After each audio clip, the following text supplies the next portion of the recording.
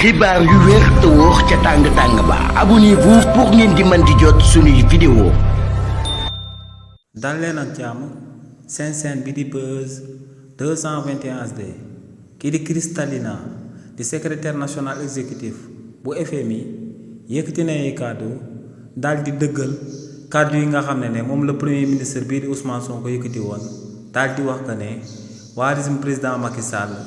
dañ daan leb xaalis ba noppi di ko daan nëbb waaye tamit daal dina yëkkati ay kàddu daal di xamal Sénégalais yi que ne waa régime président Macky Sall ginnaaw bañ daan nekk ci bopp réew mi dañ daan génn daal di lebee ci turu Sénégalais xaalis ba noppi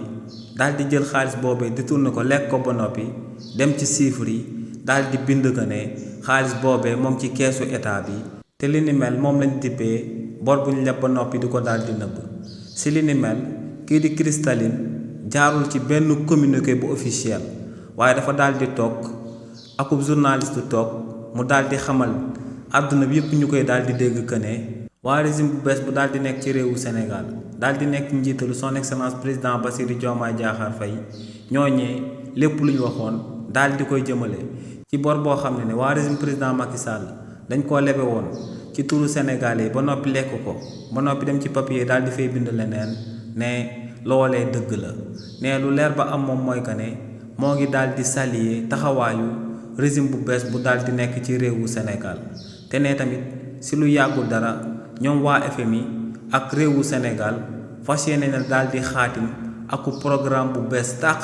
si bi nga xam ne waa FMI dinañ daal di décaissé xaalis bu takkoo takku daal di koy dimbalee réewu Sénégal ngir mu daal di génn ci guuta bi nga xam ne moom la ko waa régime président Macky Sall dugaloon. si li ni mel tamit kii di Kristalina daal dinay dëggal que ne xaalis boobee waa régime président Macky Sall leb woon ci turu Sénégalais yi ba noppi daal di koy lekk dem ci papier daal di bind leneen que ne xaalis boobee bañ xaymaa luñ ci daal di détourné moo ngi toll ci 7 milliards de dollars maanaam 4500 milliards de francs CFA. xibaar yu wér te wóor ca tàng-tàng ba abonnez-vous pour ngeen di mën di jot suñuy vidéo.